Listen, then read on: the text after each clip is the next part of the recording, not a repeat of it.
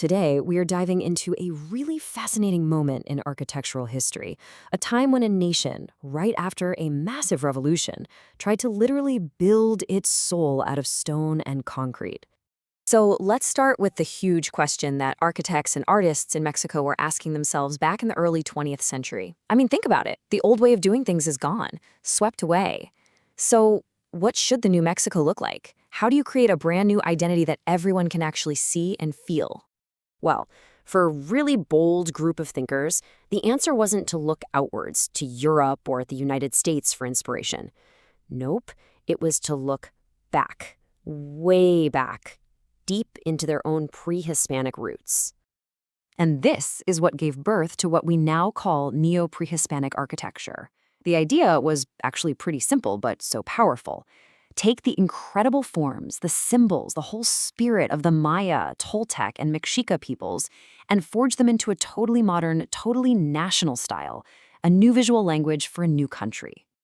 Okay, so let's set the stage a little. We're in post-revolutionary Mexico. The whole country is buzzing with this incredible nationalist energy, but at the same time, it's facing this huge identity crisis.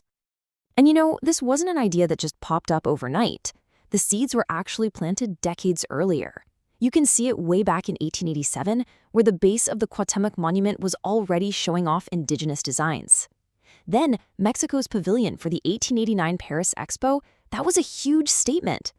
But the real catalyst, the thing that lit the fuse, was the revolution. That's what created this powerful demand for an architecture that was, truly and authentically Mexican.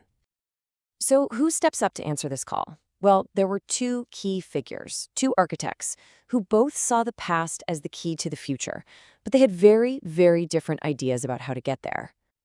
Okay, so in one corner, you have Manuel Amabilis. You can think of him as the passionate idealist. He truly believed that the pure forms of Maya and Toltec art held the secret sauce, the very essence of Mexican culture. And in the other corner, you've got Federico Mariscal, who was more of the academic, the synthesizer. See, he wasn't just trying to copy the past. He was out there meticulously documenting ancient ruins to create a totally new hybrid style that could actually blend with modern forms like Art Deco. So you've got the purist versus the fusion artist. So all this talk of vision and theory is great, but what did this stuff actually look like in the real world? Let's take a look at how these ideas were carved into actual, tangible buildings. And here we have it, the absolute pinnacle of this whole movement. Manuel Amabilis' design for the Mexican pavilion at the 1929 Ibero-American Exposition in Seville, Spain. This was it. This was Mexico's big chance to stand on the world stage and announce its new identity. And this building just perfectly illustrates Amabilis' whole philosophy. The entire exterior is basically a giant love letter to Maya architecture. He's pulling specific elements directly from famous sites like Sayal and Chichen Itza. You've got this super clean geometric patterns of the Puch style, those iconic Chacme mole figures, and these really strong, powerful columns. It was designed to be unmistakably, unapologetically Maya. And if you think the outside was intense, well, the inside was even more so. Amabilis embraced this concept from Maya aesthetics called Horavak Yui, which basically translates to the fear of empty space. And he meant it. Almost every single surface was covered. We're talking sculptural reliefs, huge murals telling the story of Mexico, intricate stained glass. The goal was to create a total work of art, where the building itself becomes a canvas for the nation's entire history. All right, now for a complete 180. Let's look at Federico Mariscal's approach with the Durkin Real Motors building. And get this wasn't some grand temple in a foreign country. This was a modern car dealership right in the heart of Mexico City. And you can literally see his method broken down right here. He starts with what is fundamentally a modern, functional Art Deco building. Then he starts layering on the history. He adds these medallions with Mexica symbols, and then the real showstopper, these incredible serpentine masks right at the base of the main arch, which are taken directly from the Pyramid of Kukulkan. It's the past and the present just colliding in one amazing structure. So you might think, wow, a bold new identity, everyone must have loved it. Well, not quite. In fact, this whole attempt to forge a new identity pretty quickly found itself right in the middle of a really heated architectural debate. You see, there was this growing modernist movement that saw all this revivalism as a huge step backward. For them, architecture needed to be about function, about new materials, about the future, not about dressing up modern buildings in ancient clothes. They basically thought this historicism, as they called it, was just totally wrong for a modern nation. And this chart really puts it all into perspective. For all of its passion and all of its ambition, the Neoprehispanic style, it never really took off. Its biggest rival, the neo-colonial style, which looked back to Spain's influence, was way more widespread. It even became the official look of the government. So why did it have such a hard time?